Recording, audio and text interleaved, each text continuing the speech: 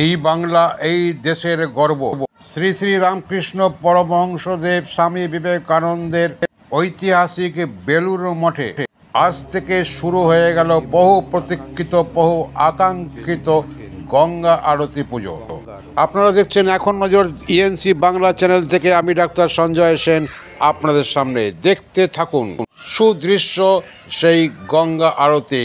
মা গঙ্গা মাকে এই আরতির মাধ্যমে আহ্বান জানানো হচ্ছে, প্রার্থনা জানানো হচ্ছে শান্তি, সমৃদ্ধি, সহাবস্থানের আশীর্বাদ।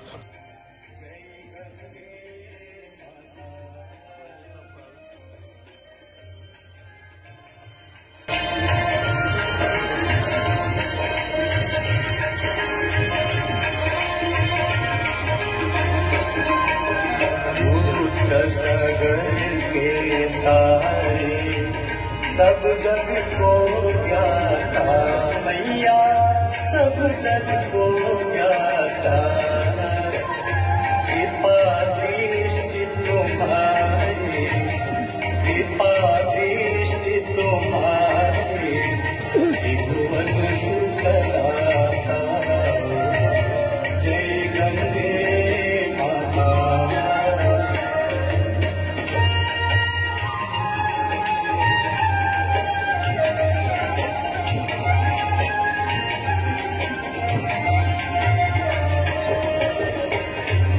कई बार जो तेरी शरणागति आता मैया, शरणागति आता, यम की त्रास मिटा कर